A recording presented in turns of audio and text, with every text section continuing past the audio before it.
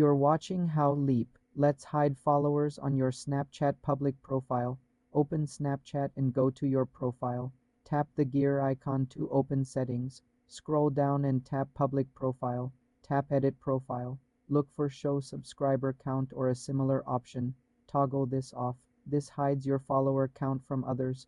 To hide the follower list entirely, you cannot. Snapchat does not offer that option.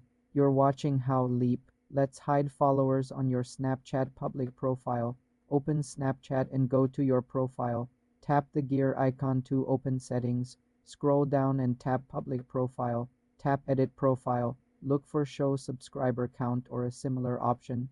Toggle this off. This hides your follower count from others. To hide the follower list entirely, you cannot. Snapchat does not offer that option. Making your profile private is not possible for public profiles. Consider unsubscribing from the public profile feature if you want full privacy. For more simple tech tutorials, subscribe to the channel.